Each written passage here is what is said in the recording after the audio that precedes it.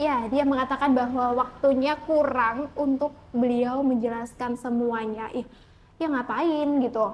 Harusnya kan beliau sudah dapat intisarinya dari apa debat kemarin. Harusnya beliau juga sudah menyiapkan data. Tapi justru malah beliau ini ngajak Pak Ganjar dan juga Pak Anies atau satu-satu ya bergantian ngopi bareng terus nanti diberikan data yang paling benar menurut Pak Prabowo.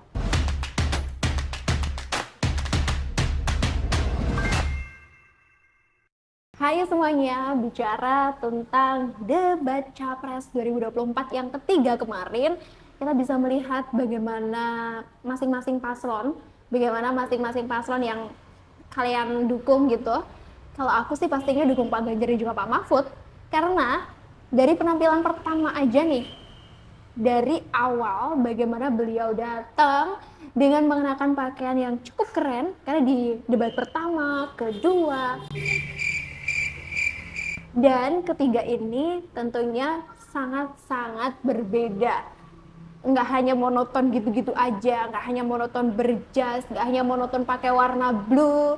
Itu sangat menunjukkan bagaimana berkualitasnya, bagaimana berkarakternya seorang Pak Ganjar dan juga Pak Mahfud ini. Tentunya dari belakang layar, di belakang mereka tuh pasti ada tim khusus yang mungkin memang mengkhususkan bagaimana Pak Ganjar dan juga Pak Mahfud untuk berperforma dalam debat kemarin, ikut ikut andil gitu ya biar mereka tampak keren.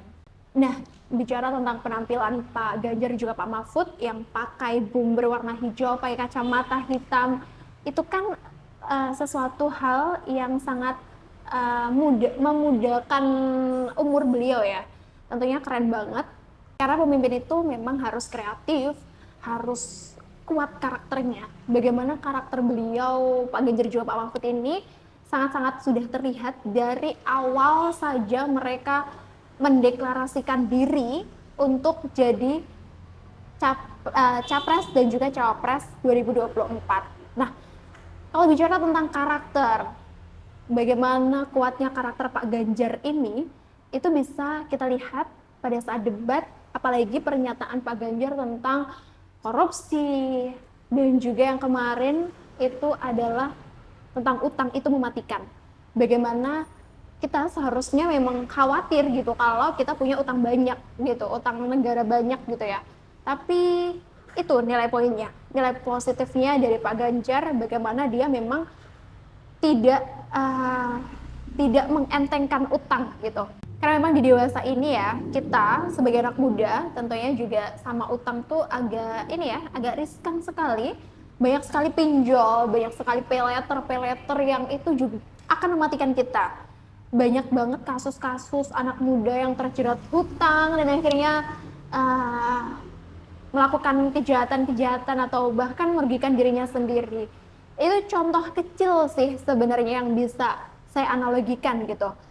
Dan berkali-kali ternyata bagaimana kuatnya karakter seorang Pak Ganjar ini, bahkan beliau pun, pendapat dari Pak Ganjar ini pun disetujui sampai kira-kira 3 kali oleh Pak Prabowo. Itu adalah uh, lawan beliau ya, lawan Pak Ganjar nih ya.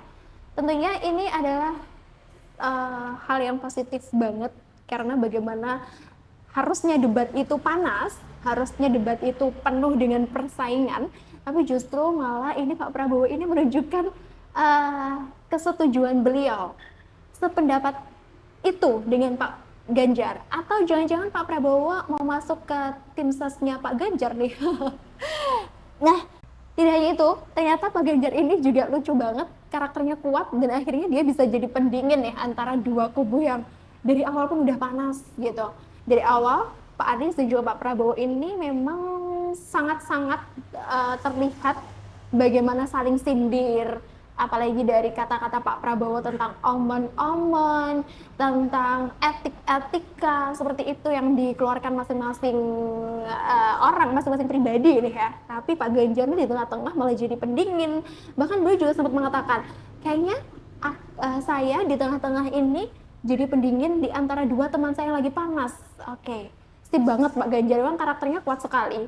Bagaimana dia bisa menjadi pendingin nih untuk dua temannya. Tentang tidak hanya itu, bahkan Pak Ganjar sangat berani sekali untuk menantang staf dari Pak Prabowo untuk maju membantu Pak Prabowo. Kira-kira nanti kalau misalnya Pak Prabowo tidak bisa menjawab, ada staf yang membantu nih kalau diperbolehkan. Itu sangat berani menurut saya karena gimana ya, seorang Pak Prabowo gitu ya, seorang Menhan ternyata juga ya sama derajatnya dengan Pak Ganjar gitu. Bahkan Pak Ganjar pun berani untuk bicara bahwa datanya beliau adalah akurat, kredibel, dari sumber yang terpercaya, dan kalau bisa ada yang membantu Pak Menhan, ada yang membantu Pak Prabowo untuk mungkin mendebat atau menyalahkan data-data yang Pak Ganjar utarakan. Di Indonesia ini. Sungguh-sungguh saya meragukan itu karena data ini kemudian Bapak tidak mampu membantah di sini. Bahkan saya sudah memberikan ruang terbuka, kalau ada staf yang bisa membantu silakan berdiri di sini.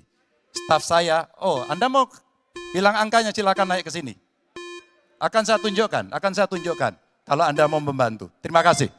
Dan tentunya juga Pak Ganjar ini juga sangat konsisten untuk tidak mau diajak ngopi bareng sama Pak Prabowo.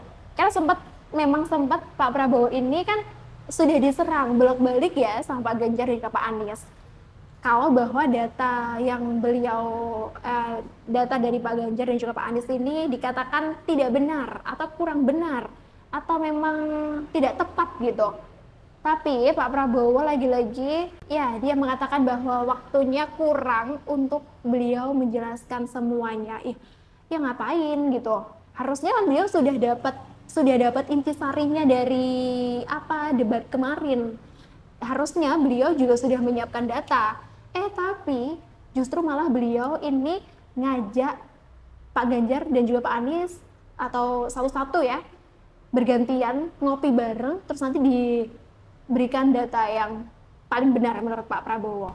Dan ini sangat-sangat disayangkan banget karena ya harusnya beliau sudah pinter, sudah kapasitasnya sudah oke, harusnya bisa menjawab, harusnya bisa membantah dengan data yang juga akurat gitu. Tapi ternyata tidak seperti itu, Ferguson gitu ya.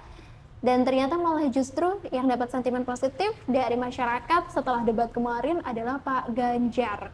Bagaimana beliau tenang, bagaimana beliau punya data yang akurat gitu. Jadi untuk debat-debat selanjutnya kita bisa menilai bahwa ya tentunya yang unggul lagi ya pastinya Pak Ganjar dan juga Pak Mahfud.